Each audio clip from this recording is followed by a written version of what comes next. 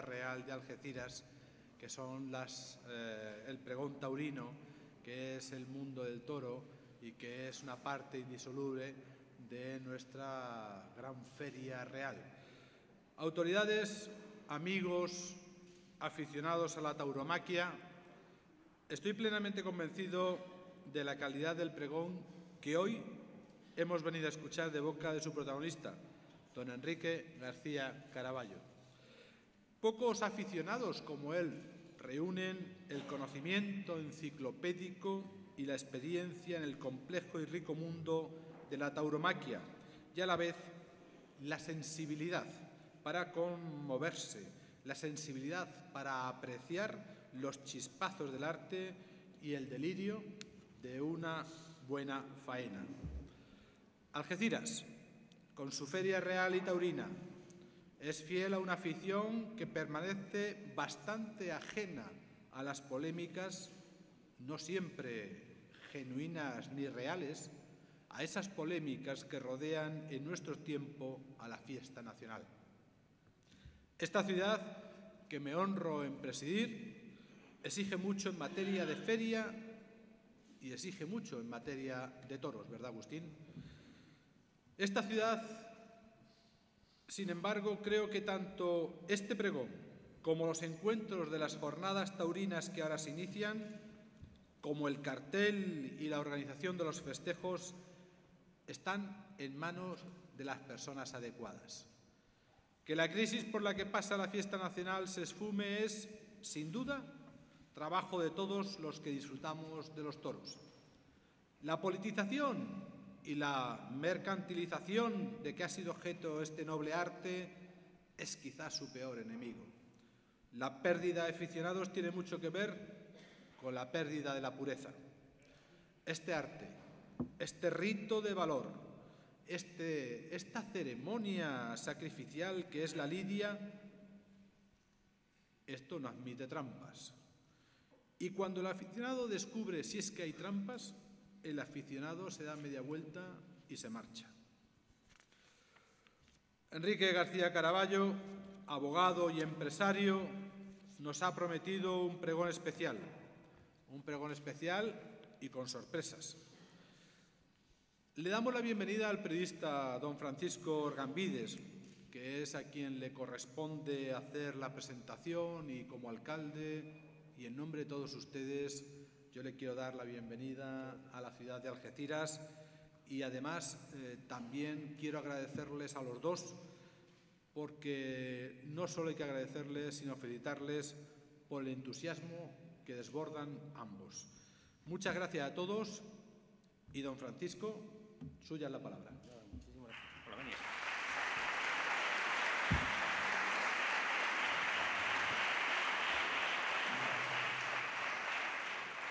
Querido amigo y viejo compañero, añejo compañero más exactamente, Enrique García Caraballo, una tarea agradable que llevaré a cabo con la brevedad requerida, porque en este asunto soy mero banderillero, también nada menos, y mi cometido es, al uso de la tauromaquia antigua, parar al toro para que salga el maestro, mi querido amigo Enrique. Y maestro porque con Enrique se aprende mucho.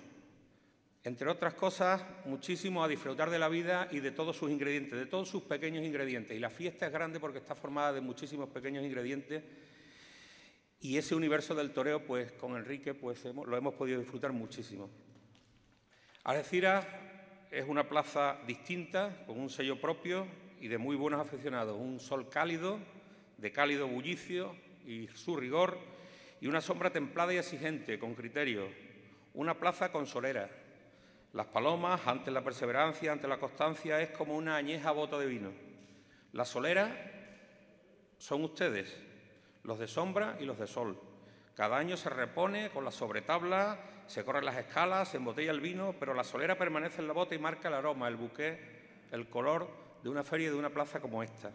Ustedes son los que le prestan esa solera a Algeciras, los que le ponen ese punto diferente, porque de otra forma la plaza de toros de la ciudad pues sería un edificio vacío, hueco, una bota cualquiera. Enrique es uno de ustedes, uno de los que forman esa solera, de los que le prestan solera a la plaza de toros de Algeciras.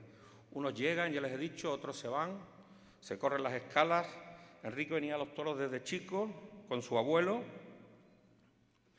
sobre tablas, que entra en la Plaza de Toros, para disfrutar de esa flor, de esa afición que está en la bota. Alumno salesiano, en Las Palomas cursó sus primeras letras taurinas y luego estudió Derecho en Sevilla, en la vieja fábrica de tabaco. Y tauromaquia, que tuve la suerte de compartir las gradas con él, en la grada 6, donde arrancan las ovaciones a los banderilleros en la Real Plaza de Toros de la Maestranza de Sevilla. Entonces teníamos como catedráticos a Curro Romero, el Paula, Manolo Vázquez, Antoñete, Ojeda, Paquirri, Ruiz Miguel, tantísimos toreros, el Calesero, aquellas novilladas de abono, aquellos corpus, aquellos festivales de los médicos, qué buenos ratos y qué difícil era ir a los toros entonces con los bolsillos vacíos, pero bueno, allí estábamos. Y en esa formación como aficionado, tanto en afinidades como en debates, son muy importantes los amigos. Los amigos aficionados son importantísimos. Y Enrique los tiene, y ya los veo que están aquí.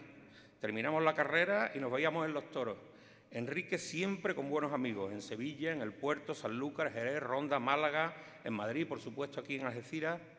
A muchos de ustedes los conozco porque nos ha presentado Enrique en una tarde de toros. Y los amigos de Enrique hemos tenido la suerte de compartir tertulia, tendido y campo, por ejemplo, desde el entrañable Club de Getares. Por eso les digo que hoy pregona uno de los nuestros, hoy pregona la Solera de Algeciras. Y decía yo, Enrique, pues te enseñaba a disfrutar de muchísimas cosas y entre ellas, pues de la tauromaquia hasta en el mínimo aspecto. Un hombre que nunca sale enfadado de los toros, ustedes lo saben bien, nunca. Y si no ha pasado nada, te descubren mil y un detalles. El terno de un banderillero, la pañoleta, las polainas del alguacilillo, la anécdota tal paso doble de la banda, infinitas curiosidades porque Enrique tiene esa virtud de saber encontrar detalles para saborear después de la corrida, aunque haya sido un petardo. Eso sí, Enrique es inflexible con todo lo que reviste de dignidad a la fiesta, con su liturgia y su simbología. Por eso su brillante nivel técnico cuando sirvió intereses públicos en el Ayuntamiento de Algeciras, siendo responsable del ceremonial y protocolo de la ciudad. Y al hilo de Algeciras bajo maza, hoy Algeciras vestida de luces. Enrique de Gibraltar y su campo. Cabecera Algeciras, una ciudad con la identidad taurina marcada en la piel. Solera, sabor, rito, amistad, Algeciras taurina. Ya termino, Enrique. Abogado, empresario, aficionado, pregonero y amigo. Hoy lo vas a abordar porque te conozco y sé que tienes un arma secreta para todo este tipo de trances, Trini y vuestra estupenda familia, y termino el capotazo. Algeciras te espera, una plaza con la impronta de la solera de aficionados como tú.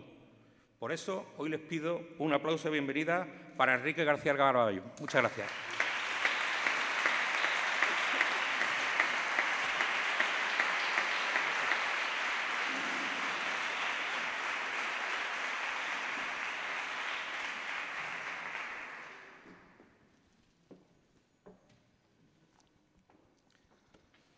Bueno, ilustrísimo señor alcalde, concejales, autoridades, profesionales del toro, aficionados, señoras y señores. Buenas tardes. Vaya por delante mi agradecimiento a quienes han decidido concederme este año el honor de pregonar la Feria Taurina de Algeciras. Que ese honor sea merecido o no, los van a jugar ustedes al terminar esta charla. Confío en la benevolencia del respetable y pido que si la faena no está a la altura que merece el acontecimiento, por lo menos nos quedemos en un silencio, en el sentido taurino, y no pasemos a los pitos. Agradezco a Francisco Javier Orgambide Gómez, Curro, mi amigo Curro, sus palabras cariñosas. Eso no sale más que sale del cariño y de la cantidad de tardes que hemos pasado compartiendo una entrada para 5, 2 entradas para 3 y esas historias, esa piña, que no peña, que teníamos hecha en nuestros tiempos de estudiantes, en la que algunos de los que hay aquí presentes participaron. Y bueno, nos conocemos muy a fondo, pero no cabe duda que lo que hace es que el cariño es lo que hace que esas palabras me adornen aquí a la entrada.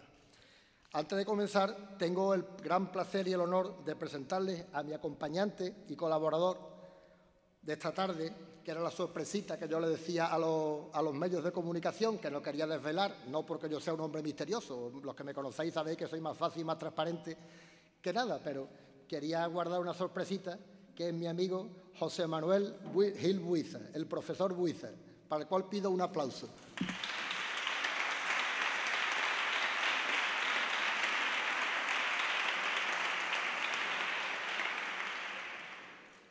Sobrado es que tanto José Manuel Buiza como Curro Orgambide tienen méritos más que sobrados y acreditados para estar en mi lugar esta tarde.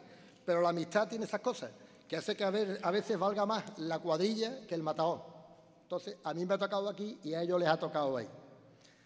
Les presento brevemente a José Manuel. Mi querido amigo Buiza no es la primera vez que viene a Algeciras, ya en 3 ocasiones, me refiero en público, particularmente lo hemos disfrutado muchas veces. En público, en 3 ocasiones, hemos podido disfrutar en Algeciras de su arte y de su profundo conocimiento del folclore andaluz e hispanoamericano. En los actos conmemorativos de la Conferencia de Algeciras, en 2006, y en sendas conferencias ilustradas organizadas por la Tertulia Cofrade de la Levantada. Buiza nació en Sevilla, es licenciado en Antropología y en Bellas Artes, profesor de Procedimientos Escultóricos en la Facultad de Bellas Artes de Sevilla, y en su faceta de antropólogo, folclorista, que quizás aquí es la que más nos interesa, ha escrito La historia de las sevillanas en 3 volúmenes, que es la obra más extensa y científica que existe hasta el día de hoy. Ha grabado el disco de folclore iberoamericano 10 cantos y 2 habaneras, además de otros 5 discos más. No graba más porque no quiere, no porque no tenga composición insuficiente. Se entretiene en acompañar amigos a pregones y eso y pierde el tiempo, ¿no? Es compositor de innumerables sevillanas, pertenece a la llamada generación del 70 y ha dado gran número de recitales de divulgación y conferencias sobre el folclore. Autor de 3 libros de poesía, 12 pregones del Rocío y 3 de Semana Santa.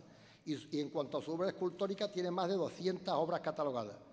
Conoce como poco la Sevilla profunda, culta y elegante a la que él pertenece, desde luego, por derecho propio. Así que agradezcamos que esté con nosotros esta tarde aquí para ilustrar esta charlita que vamos a tener. Y entramos ya en harina. En principio, debo decir, y disculpen que comience hablando de mí mismo, que yo no soy, por supuesto, ni un teórico taurino, ni un investigador, ni un historiador de las fiestas, ni un crítico, ni un entendido, y no es falsa modestia. Yo procuro utilizar el castellano en el verdadero sentido y decir la verdad.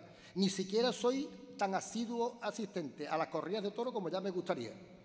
Pero me considero, eso sí, un aficionado.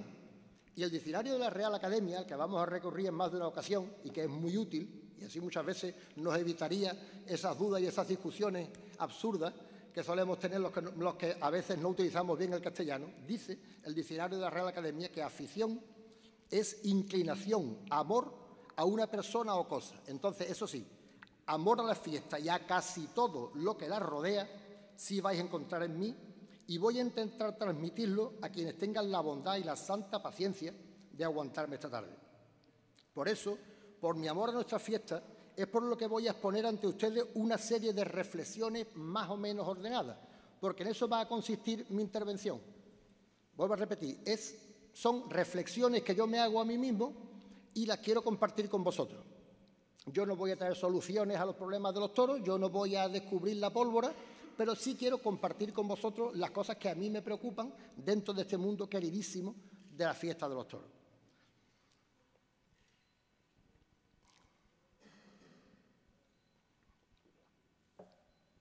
Difícilmente podrán ustedes hacerse cargo del honor y de la responsabilidad, y vuelvo a decir con toda verdad, que supone para mí estar aquí. Había escrito aquí arriba, pero no, aquí abajo, porque como este auditorio está al contrario de lo habitual, aquí abajo, hablando de toros y en mi ciudad. 2 razones, hablar de toros y hablar en Algeciras. Y digo esto porque desde hace mucho tiempo el colectivo profesional que más respeto me causa son los toreros. De oro, de plata, a caballo y cómico. Me viene desde pequeño. Cuando mi abuelo Antonio Caraballo me llevaba a la Plaza de Toros de la Línea, donde nací y viví mis primeros años, mi abuelo era aficionado hasta los huesos, con la mesa de su escritorio siempre cubierta de publicaciones taurinas, amigos de matadores, banderilleros, monosabios, areneros, que son a veces los que te dan las claves de la fiesta. Belmontista confeso, pero a la vez admirador de Manolete y de Joselito. Recuerdo muy vivamente las tardes de toros en las que me llevaba mi madre, otra gran aficionada con quien compartí muchas tardes, en sombra la mayoría de las veces y en sol cuando no había más remedio, y así podíamos ir a 2 corridas. Me llevaba mi madre, digo, a casa de mi abuelo para ver pasar a los toreros y a todo el gentío que se dirigía a la plaza. Yo me quedaba muy quieto, sufriendo lo que luego de mayor he sabido que se llamaba ansiedad, esperando que, como que no quiera la cosa, mi abuelo me dijera: Henry, vete conmigo. Eso ya era el cumben. El corazón me daba un vuelco, me colocaba un corbatín colorado, que todavía conservo y no lo hemos encontrado para traerlo, para enseñarlo, para que tuviera un motivo más para reíros de mí. Sí, todavía conserva el corbatín, pues verdad. Me lo hizo mi tía bisabuela para ir a los toros, corbatín con un elastiquito, y eso ya era para mí el máximo. Me lo ponía y me llevaba mi abuelo a la plaza. Ilusionado, camino de la Plaza de los Toros, que estaba a unos pasos de su casa, y si esa tarde por ventura íbamos al callejón, entonces tocaba el cielo con las manos. Me parecía estar en otro mundo, viendo tan de cerca los trajes de luces, oyendo las conversaciones, las órdenes breves entre matador y banderillero, las caras serias y sudorosas, el golpe del caballo del picador contra las tablas, eso no se me olvida, los bufidos del toro, qué miedo a un toro cuando bufa, Y yo no pronunciaba palabras ni me movía del asiento estrecho del burladero sobre el que me ponía de pie, asomando la carita por encima del entablerado. José Manuel, vamos a imaginar qué es lo que veía aquel niño y de qué le hablaba su abuelo y qué recordaba ese niño cuando veía a los toros allí en la Plaza de la Línea.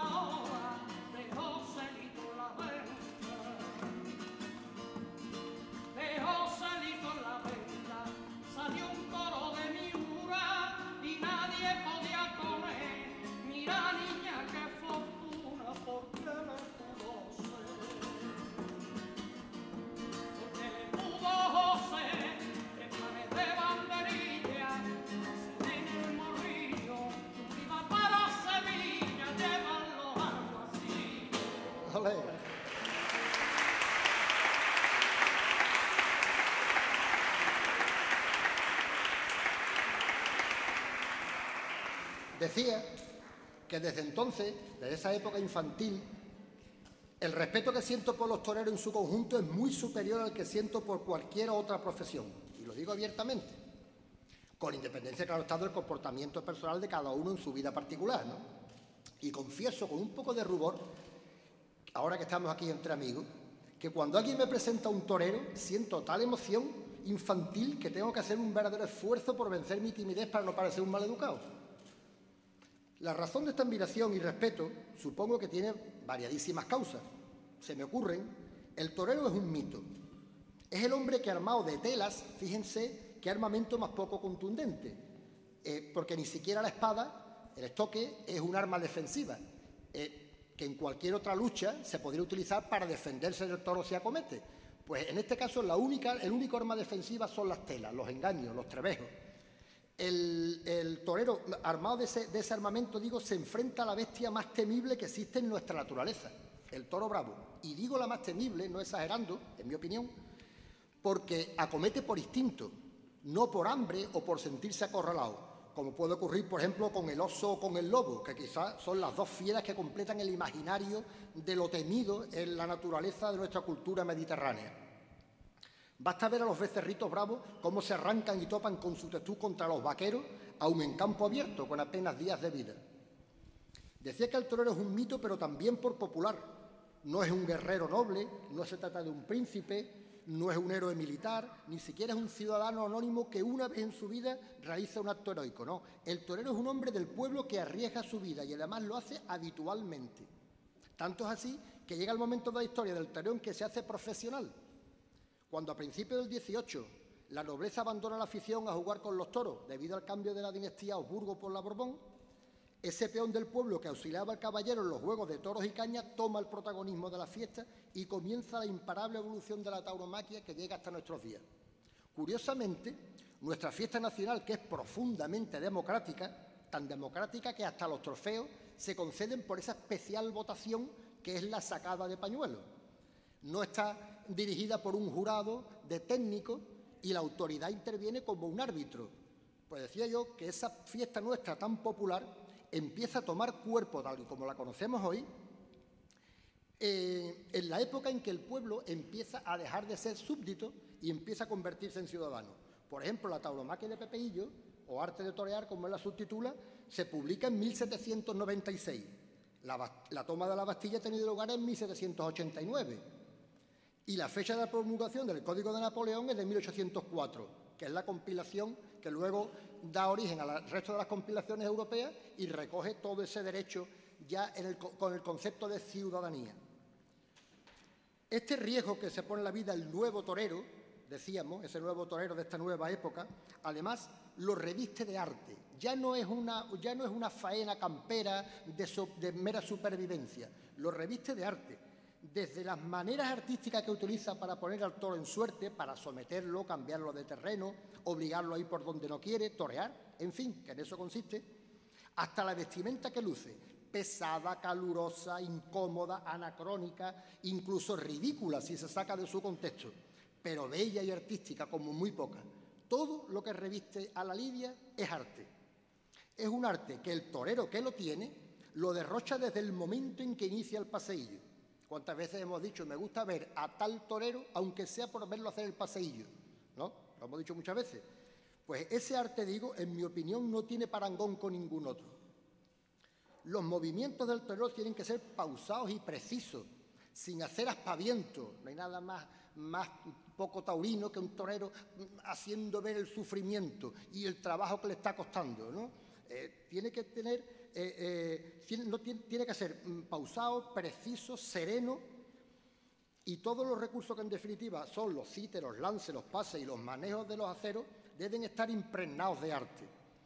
Es una especie de danza que no tiene paso ni ritmo fijo y que para colmo tiene como pareja a un ser irracional y con instinto de herir, con su cornamenta, que tiene que ser sometido por el humano de manera que no se note exageradamente el esfuerzo, pero que quede patente que existe peligro, pues sin sensación de riesgo de muerte no hay emoción. Comparemos las celebraciones futbolísticas, por ejemplo, ¿no? Cuando se marca un gol en cualquier campo. Esas celebraciones de piruetas y de saltos y tal, con el gesto que hace un torero cuando corta 2 orejas en la primera plaza del mundo. Se limita a enseñarla, a agradecer y a dar la vuelta al ruedo. Sobriedad absoluta, ¿no? Comparemos, por ejemplo, cuando en cualquier otro espectáculo o deporte hay un choque, un accidente, y entonces lo que se quiere demostrar es hay que ver lo que estoy sufriendo yo y además sigo aquí. Cuando el torero lo que hace es soltarse de las asistencias, como mucho un torniquete, y querer salir, coger otra vez la muleta o el capote y coger el estoque y querer salir para seguir toreando. Entramos ahora como reflexión a ver las contradicciones que se me vienen en el arte de la tauromaquia, ¿no? Por ejemplo, la música, que en el paseillo es imprescindible, pero nadie camina a su compás. Sería ridículo, ¿no? Parecerían unos militares de opereta, ¿no? Si estuvieran caminando a su compás. Y si suena la música en la faena, ni mucho menos el ritmo de la faena se ve influenciado por esa música. Pero, desde luego, si es que es oportuna la música, la conjunción de toro y torero se sublima y se redondea, ¿no? Por los sones de paso doble. Esa es mi opinión. Hay otras plazas en las que nos gusta que suene la música. El vestido de sedas y bordados y los pasos del torero no cabe duda que tienen algo de femenino, pero nunca de afeminado. El torero es un héroe viril, por definición, incluso con absoluta independencia de su inclinación sexual en la vida privada y fuera de la plaza. Al toro, otra contradicción más, se le mima desde que nace y se le respeta. Es un tótem, ¿no?, de nuestra civilización, de nuestra cultura. Pero, amigo, se le clavan aceros y se le mata a la vista de todos. Eso sí, dentro de las reglas, porque nada hay más del desagrado del aficionado que un marronazo del picador que rompe en la piel, un estoque que asoma, un pitón roto, una mano rota. ¿Por qué? Porque no está dentro de las reglas y de la estética de la tauromaquia que llevamos heredada y mamada de siglos y siglos.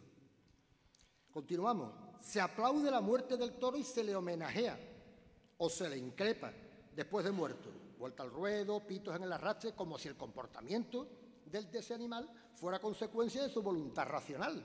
Es absurdo, ¿no?, si lo pensamos serenamente. Y además, como si se pudiera enterar después de muerto, incluso si el destinatario es el ganadero, se le premia o se le castiga como si hubiera teledirigido al toro a su gusto, como si el ganadero no hubiera querido que el toro embistiera con nobleza y con bravura. Una contradicción más de nuestra fiesta, pero que la engrandece como todo, como los detalles, como los pequeños detalles que ha nombrado Curro, por supuesto, ¿no? Y como un remate anecdótico, algo tan campero y tan español como una corrida de toros en la que los intervinientes lucen vestidos de corto, pues utiliza un término inglés, festival. Curiosísimo, ¿no? Vamos a hablar ahora, si me lo siguen permitiendo, de las artes, de las bellas artes. Ustedes me dirán qué otro espectáculo, que no sea las corridas de toros, ha inspirado tanto a las bellas artes. Existe una pintura taurina cuyas primitivas representaciones rupestres tienen más de 30.000 años y que posteriormente encuentra excelentes representantes tanto en España como en Hispanoamérica, Francia y en países que incluso no tienen tradición taurina, alcanzando lógicamente la cumbre en Goya y en Picasso. Lo taurino tiene música propia, el pasodoble, y a su vez inspira la ópera, la copla, los corridos, la sevillana y muchas otras músicas populares de muchísimas latitudes distintas, y a músicas ligeras, incluso modernas. También la escultura se ha visto impregnada por algo tan plástico y expresivo y emocionante como es el toro, el torero, el caballo torero, tanto estáticos como en movimiento. ¿Qué decimos de la literatura, en prosa y en verso? Probablemente sea la literatura taurina la que cuente con más librerías especializadas. La arquitectura, la danza y la cinematografía tienen dentro de cada uno un amplísimo apartado taurino. En resumen, las 7 disciplinas que comportan las bellas artes se han rendido al arte de la tauromaquia. Hasta la moda, tanto de hombre y de mujer, y el habla culta y popular está trufada de taurinismo, si me permitís la expresión. José Manuel, ¿qué te parece si escuchamos alguna de estas composiciones con tema taurino?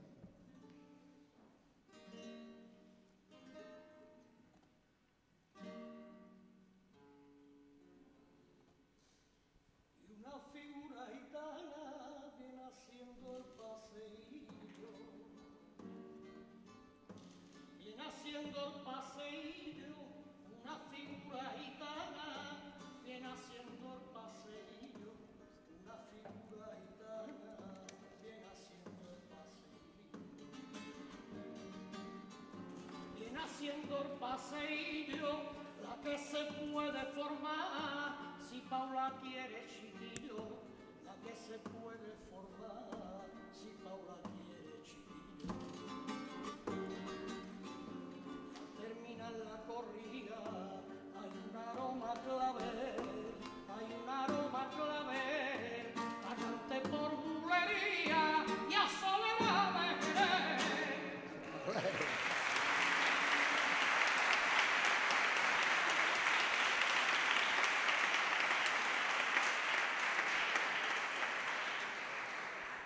Alguno que yo conozco estaba esa tarde a la que se refiere, que inspiró a José Manuel, alguno que yo conozco, y no miro la mesa presidencial, y estábamos allí viendo aquella corrida del Corpus del 82, cuyas entradas habíamos conseguido por medios no totalmente lícitos. Pero ahí va a quedar, eso va a quedar para otro momento. Continuando con el hilo argumental del inicio, en el centro de todo, el torero. Sí, yo sé que muchos de los presentes me dirán que en el centro de nuestra fiesta está el toro. De hecho, no se llama fiesta de los toreros, sino fiesta de los toros. ¿De acuerdo? Pero, ¿qué sería del toro de Lidia, si no hubiese un torero? Un hombre que en épocas y civilizaciones remotas no se le hubiese ocurrido jugar con aquel animal bello, poderoso, fiero, peligroso y divinizado, incluso en muchas creencias. La lucha entre el hombre y el toro no solamente tiene lugar en la península. En China, en la provincia de Yunnan, se encontraron bronces datados en el siglo I a.C. que tienen la forma de una plaza de toros. Hay público sentado en los tendidos, hay un toril por donde sale el toro. Pensemos en la civilización minoica en Creta, en cuyo palacio del Knossos se representan escenas de juegos con toros con impresionante anatomía y encornadura, y donde surge, como todos sabemos, el mito del Minotauro, ese ser fabuloso, mitad hombre y mitad toro que inspiró tanto a Picasso. Por razones que a mí se me escapan, esos juegos o hechos o luchas con toros bravos se perpetuaron solo en la península ibérica, en nuestra tierra, desapareciendo de otras, y con el paso del tiempo, la evolución y la selección de las razas ha llegado a nuestros días tal y como la conocemos. Los animales con los que se practicaban en los primeros tiempos los juegos y festejos eran los más indóciles, los que no servían para la labor. Eran animales más despreciados en el sentido económico, hasta que al popularizarse las corridas empiezan a apreciarse más el toro bravo e indomable que el manso, y entonces empieza a ser rentable criar esos toros específicamente para las corridas de toros. Empiezan a principios del siglo XVIII a formarse lo que son las ganaderías de bravos. Vuelvo al interrogante que planteaba más arriba. ¿Qué sería del toro bravo si no hubiese un torero? Yo se lo digo, pero ustedes ya lo saben. La respuesta: no existiría. Me parece evidente. Sin embargo, el hombre sin toro bravo, por supuesto que existiría, es una obviedad, pero incluso practicaría o no, según los gustos, la época y los lugares geográficos, espectáculos con otros animales tan peligrosos o más que los toros. Véase el ejemplo del circo, que sigue existiendo en nuestros días. Por eso, insisto, mi respeto a los toreros. Claro, no se piense que soy tan necio que pretendo restar importancia a la trascendental figura del ganadero. Hombres y mujeres enamorados de las fiestas, del campo bravo, románticos en su mayoría, que conservan las tradiciones que aprendieron de sus mayores y que a veces, a costa de su propia economía, se empeñan en seguir criando a los toros que consideran que son los idóneos para que el torero realice su faena soñada, que invierten en abundancia, ilusión, tiempo, esfuerzo y dinero en criar un animal que tendrá, vamos a pensarlo, una única oportunidad en su vida de entre 15 y 20 minutos para demostrar si el criador o su criadora tenían razón en seleccionar a la vaca, en haberla asignado a uno o a otro semental, o en tantísimas decisiones que tomaron en los 4 años de vida que tuvo ese animal.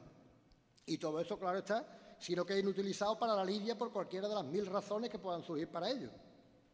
Lógicamente, de todo esto y de mucho más podrían seguir hablando con infinito más conocimiento que yo, cualquiera de los miembros de las 3 familias ganaderas más insignes de nuestra tierra, con cuya amistad me honro, de quienes tanto he aprendido y que hoy veo que algunos los acompañan, como son los Gallardos, los Álvarez y los Gaviras.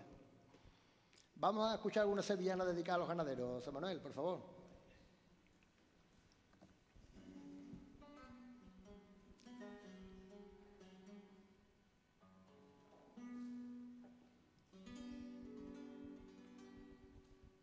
Corta el aire mal abrigo, la esencia de flor de jara, la esencia de flor de jara.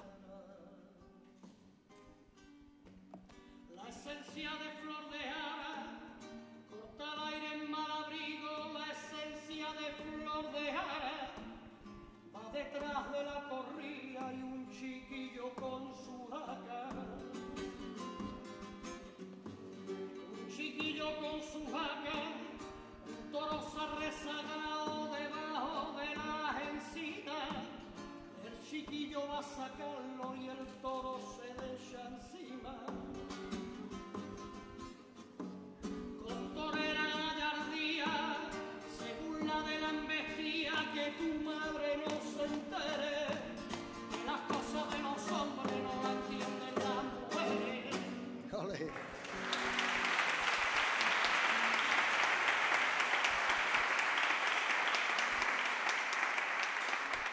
De las dos razones que he mencionado al inicio, que hacía que esta intervención para mí esté cargada de responsabilidad, la segunda es Algeciras.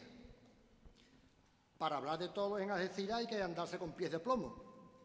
En nuestra ciudad existe constancia escrita de celebración de festejos taurinos desde 1748. O sea, desde los inicios de la tauromaquia. Y, por cierto, 7 años antes de que se constituya por segunda vez como ciudad independiente, nuestra ciudad de Algeciras. Pensemos que, por ejemplo, la construcción de la Plaza de la Real Maestranza de Sevilla se inicia en 1760. La de Ronda se inaugura en 1785. El puerto de Santa María se tiene constancia escrita de corrida de 1768, 20 años más tarde que en Algeciras. Si bien en esa fecha de 1948 no existe un edificio construido ex profeso para la celebración de corridas, pues se celebraban como en la mayoría de pueblos y ciudades, en las plazas públicas, en nuestro caso en la Plaza Baja, hoy día Plaza Palma o Plaza del Mercado. Estos datos los encuentro en el magnífico trabajo de investigación que realizó nuestro presentador de esta tarde, Curro Gambide, y que fue premiado en el certamen que organizó el Club Taurino La Perseverancia de Feliz Recuerdo. En este punto me refiero, hablando de Algeciras, debo nombrar a quien considero mi padre adoptivo, a Bernardo Benítez, quien a través de su amor profundo a su Algeciras, su admiración por el indiscutible maestro Miguel Mateo Miguelín y su memoria enciclopédica, me ha ido inculcando la verdadera trascendencia de Algeciras en la fiesta. No voy a entrar en relatarles datos, fechas, carteles, hazañas taurinas que tuvieron lugar en nuestra querida Algeciras en sus distintos espacios dedicados al toreo, en especial en sus 3 plazas, La Constancia, La Perseverancia y Las Palomas, porque eso ya lo han hecho otros muchos antes que yo y con más brillantez que yo. Sí voy a seguir compartiendo con ustedes mis reflexiones, en este caso centradas en la afición de Algeciras. Es como una especie de examen de conciencia que me hago a mí mismo ante ustedes como aficionado algecireño. No cabe duda de que Algeciras es plaza que ha contado en la torería. Así ha sido desde el inicio de los tiempos taurómacos. No en vano, es una de las pocas plazas de segunda categoría que no es capital de provincia, desde los primeros reglamentos, y se ha ido asumiendo por los nuevos reglamentos hasta nuestros días. Algeciras es plaza de primeros espadas y de ganaderías de postín desde siempre. La fecha de celebración de su feria en la mitad del calendario taurino y sobre todo después de Sevilla y de Madrid le permite traer tanto a las ganaderías como a los matadores que hayan destacado en las ferias de la primera mitad del año.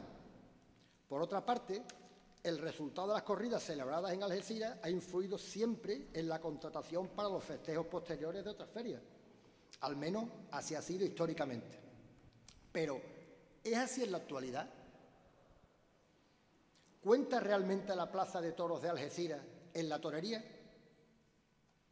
Los empresarios me dirán que qué fácil se ve desde fuera lo de la contratación de los triunfadores de las grandes ferias. Claro, yo sin conocer los entresijos del negocio taurino supongo que no siempre se podrá esperar el resultado de las ferias importantes, que quien triunfa sube sus honorarios, que las ganaderías hay que contratarlas con mayor antelación, etcétera. Que en Algeciras hay muy buenos aficionados, eso es una verdad como un templo, no es que nos demos coba entre nosotros. Pero, ¿somos aficionados a nuestra plaza? Porque apenas sale uno de Algeciras a ver toros, rarísimo será que no nos paremos a saludar a algecireños que se desplazan a plazas cercanas e incluso lejanas. Pero, aunque no siempre lo reconozcan públicamente, algunos de ellos no compran una entrada para sentarse en Las Palomas, prefieren ver los toros fuera. Claro, cada uno es muy libre de decidir dónde invierte su dinero con la esperanza de ver un buen resultado, un buen espectáculo. Vuelvo a repetir que yo no voy a dar soluciones a nada, estoy compartiendo con vosotros mis reflexiones. Criticamos a veces la presentación del ganado y la ausencia de ganaderías duras, pero sabemos que, al igual que en todas las épocas, las primeras figuras tienen sus ganaderías favoritas, las imponen y no suelen ser las que se caracterizan por su dureza. ¿Acudiríamos a la plaza a ver una corrida en la que se anuncien los dignísimos y sufridos espadas que no encabezan el escalafón? Decimos que los toros son caros en Algeciras. Quizá una forma de abaratarlo sería precisamente traer toreros cuyos honorarios sean inferiores. ¿Se llenaría la plaza con un cartel que no sea de relumbrón? Hay quien se queja de la abundancia de trofeos, de que la música suena en las faenas por rutina. Pero ¿quién pide la música? ¿Quién saca los pañuelos?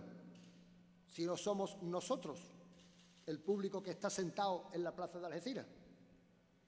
Para colmo, desde hace 2 años tenemos una feria taurina sin domingos.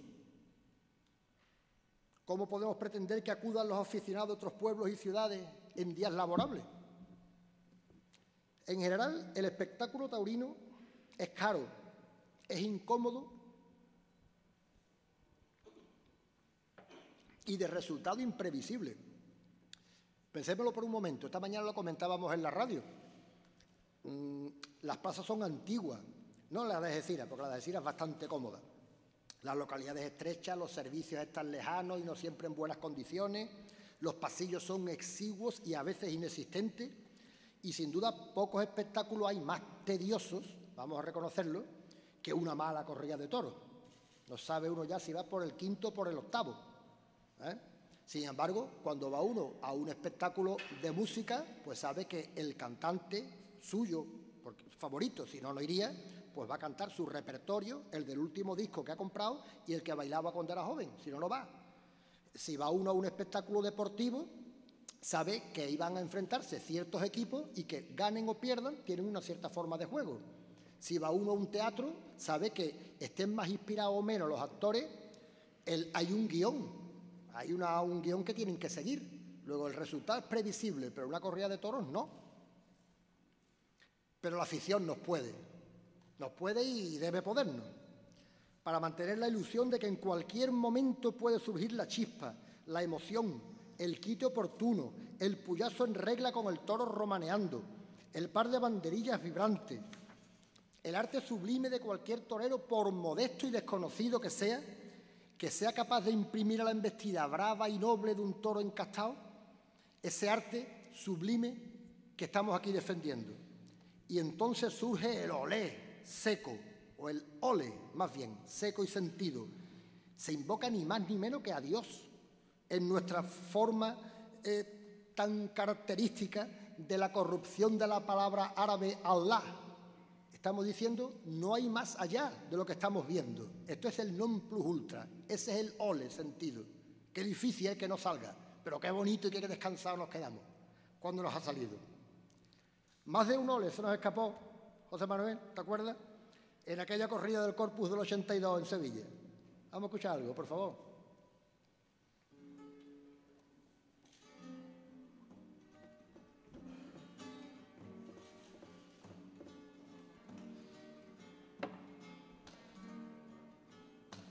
Primera tarde de feria y un capote desplegado. Un capote desplegado. Primera tarde de feria y un capote desplegado. Primera tarde de feria y un capote desplegado. Un capote desplegado y Sevilla en su garganta le tiene un ole guardado. Sevilla en su garganta le tiene un ole guardado. Ya termina la corrida, queda el vuelo de su capa, queda el vuelo de su capa y el aroma del romero que me puse en la solapa.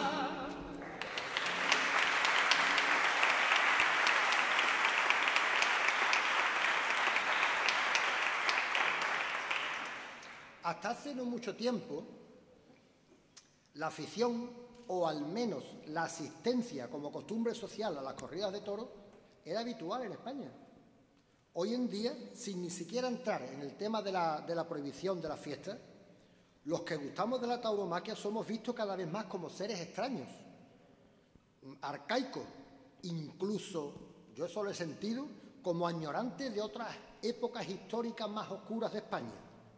Yo me he visto en situaciones y os lo confieso en esta charla de amigos que estamos teniendo, de ser mirado con recelo, con extrañeza, hasta con decepción, ¿no? De decirme, ¿tú? ¿Pero a ti tú vas a los toros?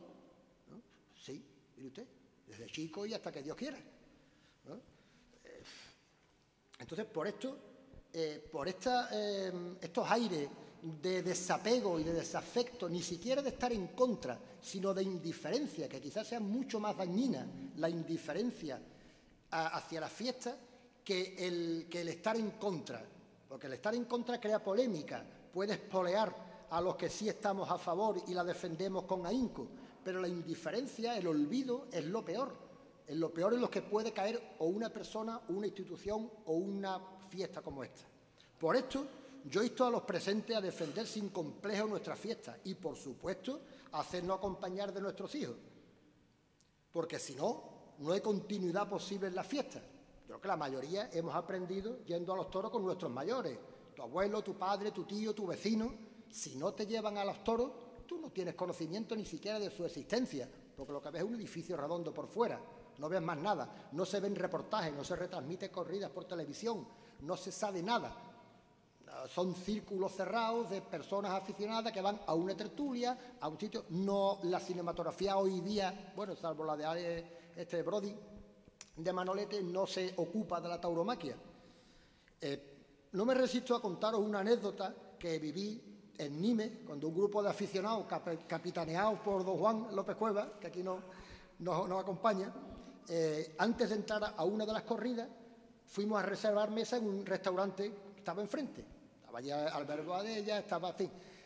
Y que luego acabamos cenando con Enrique Ponce, en magnífica charla, simpaticísima.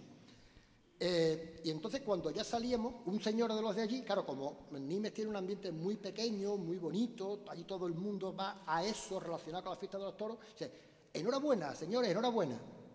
Yo, la verdad, no sabía a qué se refería. Pensé, digo, este señor nos ha confundido con un apoderado, nos ha confundido con alguien. Y en vez de decir, adiós, gracias, enhorabuena, ¿por qué? Dice, por ser español. Por ser español, claro. Ustedes tienen en vuestra mano, en vuestra cultura, en vuestra idiosincrasia, las fiestas de los toros, por las que nosotros tenemos que luchar día a día y a veces no nos miran bien nuestros propios vecinos. Y sin embargo nosotros dejamos que eso caiga en la indiferencia y en el olvido. Y buscamos a lo mejor razones para justificar. Lo digo, vuelvo a repetir que son reflexiones que estoy haciendo en voz alta. Yo mismo soy peor que a veces tengo que justificar por qué me gustan a mí los toros. Bueno, pues yo creo que la fiesta de los toros se justifica en su existencia simplemente por el mero hecho de emocionar. ¿Hay algo más grande que sentir una emoción por algo? ¿Les parece a ustedes poco contemplar un espectáculo en el que el hombre se enfrenta a la fiera consciente de su inferioridad física, pero confiado en su superioridad intelectual? Que esa lucha limpia y bella el hombre mire de cara a la muerte que puede ocurrir en cualquier momento. Que exista en estos tiempos de sucedáneos y de realidades virtuales un espectáculo tan auténtico, tan terriblemente auténtico, en que el protagonista humano puede llegar a morir a la vista de todos. Porque es que la tauromaquia es verdad con mayúscula.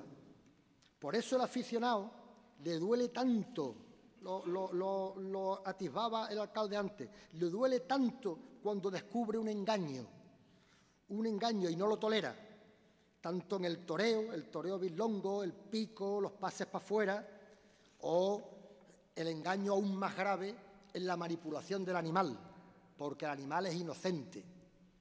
Pero por ahí no vamos a continuar. El toreo es una forma de entender la vida. Es valor, honradez, verdad, sinceridad, compañerismo, lealtad, rivalidad limpia y pura. Es, como dijera Calderón de la Barca de la milicia, es una religión de hombres honrados. Y los aficionados queremos imitarlo. Vamos a escuchar algo que se refiera a un torero que tenga esas cualidades.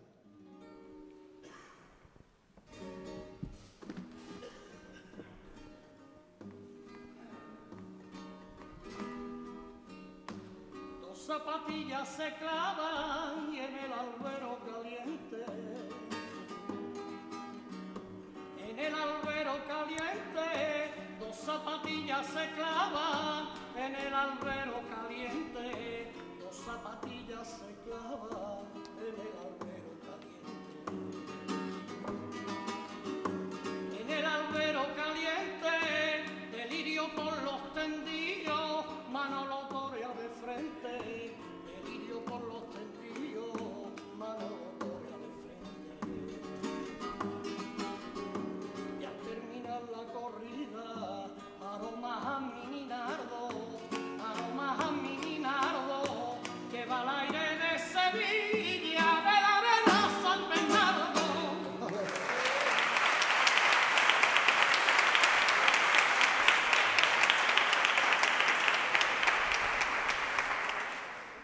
Y ahora, como ya iniciamos, por fin, por descanso para ustedes, la última parte del pregón, voy a abusar de mi amigo José Manuel, porque él trae una sevillana que quiere, por supuesto compuesta por él, como todas las que está cantando, que quiere estrenar esta tarde aquí en Algeciras.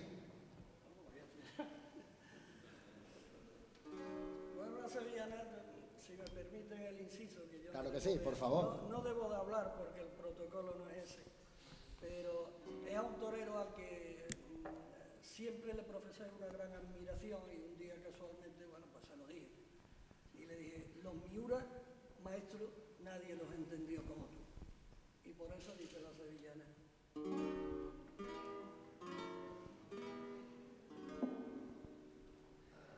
La divisa de Miura tiene su justa medida.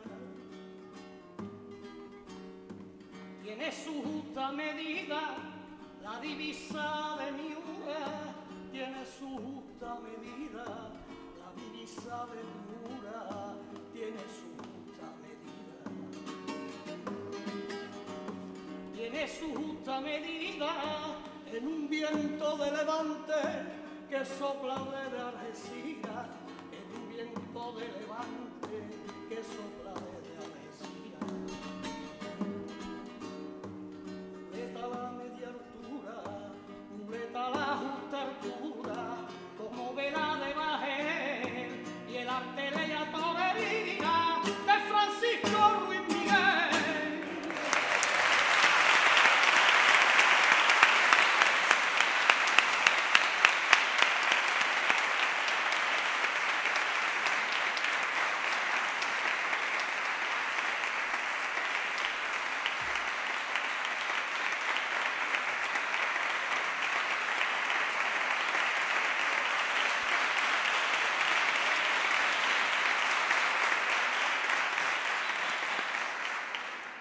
Esta era la sorpresa periodista, que no tenéis paciencia, hijo. Esta era. Estáis ahí metiendo los dedos una semana. Bueno, pero no olvidemos que esto es un pregón, así que voy a empezar. Vamos a volver al diccionario de la Real Academia, que define pregón en su primera acepción como promulgación o publicación que en voz alta se hace en los sitios públicos de algo que conviene que todos sepan. Así que sepan todos que en Algeciras, en el edificio Pérez Villalta, tendrán lugar las 30ª jornadas de tauromaquia Ciudad de Algeciras, los días 9, 10 y 11 de junio, en las que aprenderemos más sobre nuestra querida fiesta y tendremos ocasión de debatir con los profesionales y posteriormente en la Plaza de Toros Las Palomas los días 22, 25, 26 y 27 de junio se celebrarán corridas de toros y de novillos. Promulgado queda. Segunda acepción. Define la Academia el pregón como discurso elogioso en que se anuncia al público la celebración de una festividad y se le incita a participar en ella.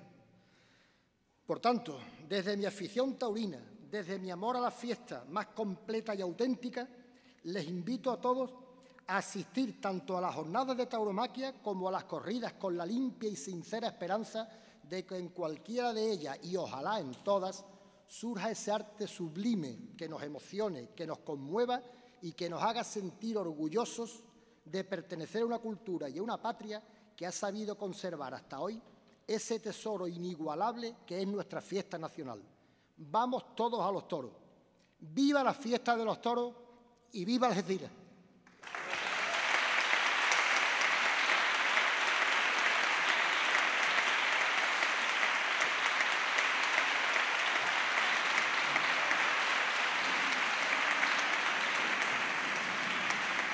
Gracias. Muchas gracias.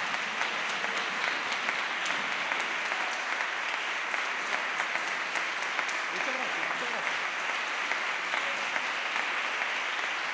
Me hace mucha ilusión saludar desde un sitio redondo.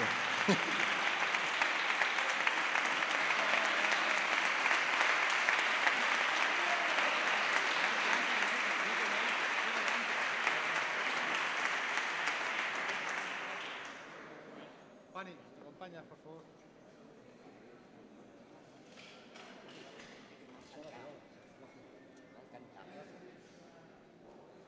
Y esto.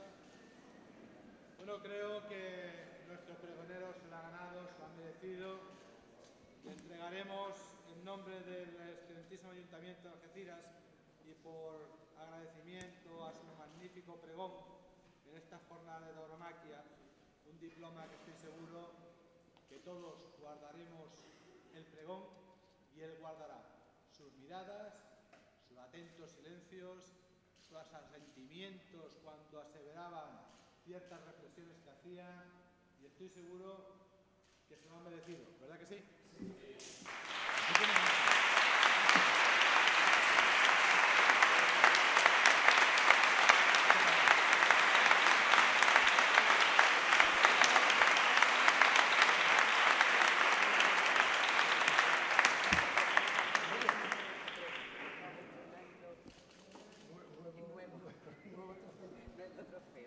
Muchísimas gracias. Muchas gracias.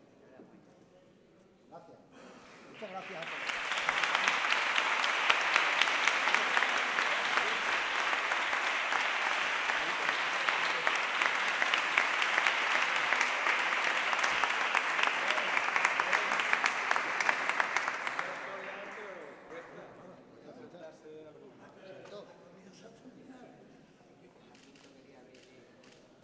Bueno, inaugura el trofeo, es el primero para este trofeo que hemos puesto a disposición de los premiados cuando se lo van mereciendo, y como decía y tal y como cantaba, aquí tiene un lance de alguien al cual le has dedicado, maestro, tus sones. Muchas gracias. Buenas tardes.